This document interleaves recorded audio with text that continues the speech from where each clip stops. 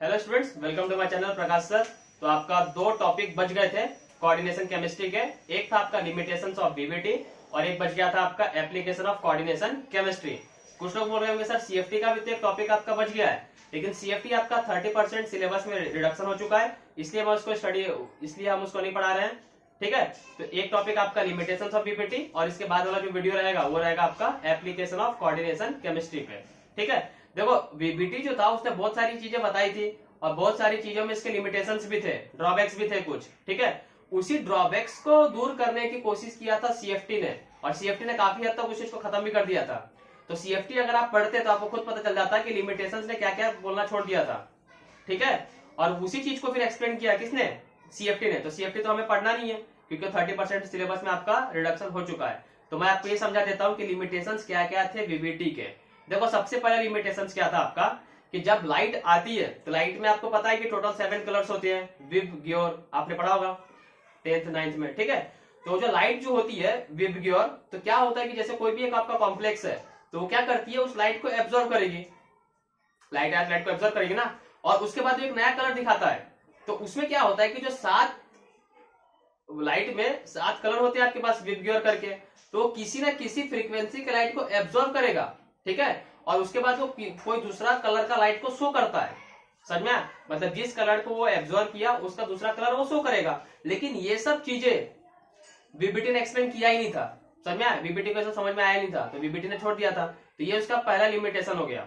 ठीक है, उसने कलर ऑफ द कॉम्प्लेक्स के ऊपर कुछ भी नहीं बताया था। तो पहला लिमिटेशन क्या हो जाएगा आपका, it does not provide any explanation for the colour of the coordination compound.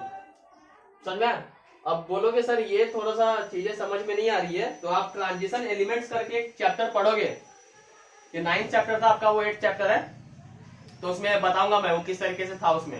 ठीक है, सिंपल सा है, जब लाइट आती है तो क्या होता है कि उसके पास 7 कलर होती है और सबका वेवलेंथ डिफरेंट होता है। तो वो जो कॉम्प्लेक्स है किसी न किसी फ्रीक्वेंसी का लाइट को एब्जॉर्व करेगा और फिर दूसरा कलर को वो शो करता है।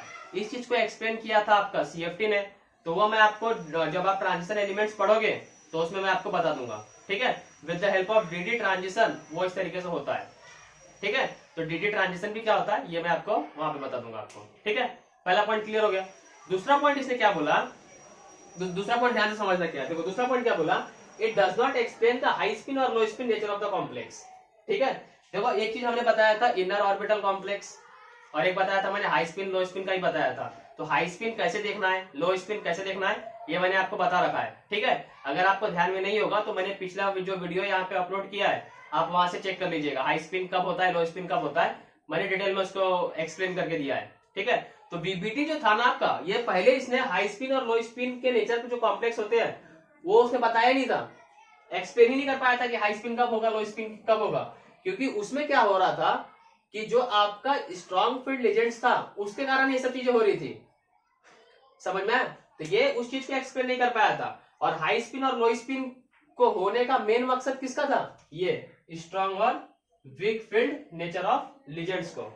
ठीक है, तो इसने ये सब चीजों के बारे में एक्सप्लेन नहीं किया था कि स्ट्रॉन्ग फील्ड कब होगा, मतलब कौन सा लेजेंड आपका स्ट्रॉन्ग फील्ड है, कौन सा आपका वीक फील्ड है। और आपको मैंने बताया था कि स्ट्रॉन्ग फील्ड अगर लीजेंड है तो उसमें क्या हो जाती है पेयरिंग, और पेयरिंग करके ही हम बताते हैं कि वो हाई स्पिन होगा कि लो स्पिन होगा। ठीक है, तो ये सब चीजों के पीछे आपका वैलेंस बॉन्ड थ्योरी एकदम साइलेंट था, उसको ये सब चीजें पता ही नहीं थी कि ये सब किस तरीके से हो रहा है। वो तो बाद में आया सीएफटी, उसने बताया फिर कि ये आपका हाई स्पिन कब होगा लो स्पिन कब होगा, और with the help of legend उसने इस चीज को एक्सप्लेन किया था।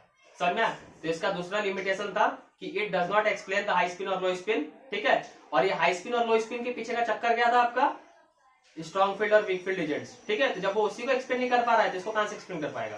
समझ में ना, तो उसको ये चीजें नहीं पता थी किसके बारे में, स्ट्रॉन्ग फील्ड लेजेंड्स और weak field nature of the legends के बारे में।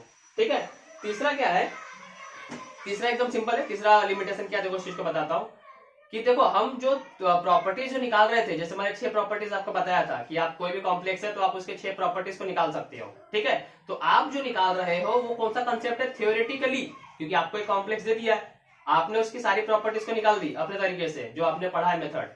ठीक है ना, तो आपने जो प्रॉपर्टीज निकाली वो कौन सी प्रॉपर्टीज है, थ्योरेटिकली। ठीक है, अब क्या होता है कि जब हम उसका प्रैक्टिकल करके निकालेंगे तो उसको हम क्या बोलेंगे, एक्सपेरिमेंटली।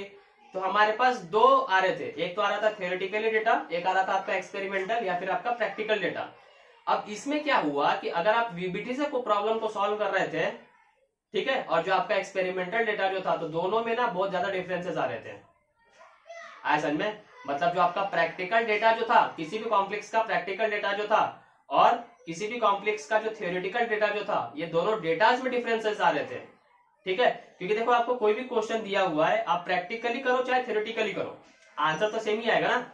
जैसे आपको कोई भी कैलकुलेशन दे दिया, आपने बता दिया ऐसी थियोरेटिकली कितना आ जाएगा उसका आंसर, ठीक है, तो प्रैक्टिकली भी उतना आना ही चाहिए, तभी वो मेथड सही है आपका।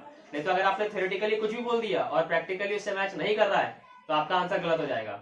ठीक है, तो हम जितने भी मेथड पढ़ते हैं तो इस चीज को ध्यान में रखते हैं कि उसका प्रैक्टिकल डेटा भी उतना ही आना चाहिए। ठीक है, लेकिन अकॉर्डिंग टू बीबीटी जो उसका थियोरेटिकल कंसेप्ट जो था, उससे बहुत सारे डेटा मैच नहीं कर रहे थे।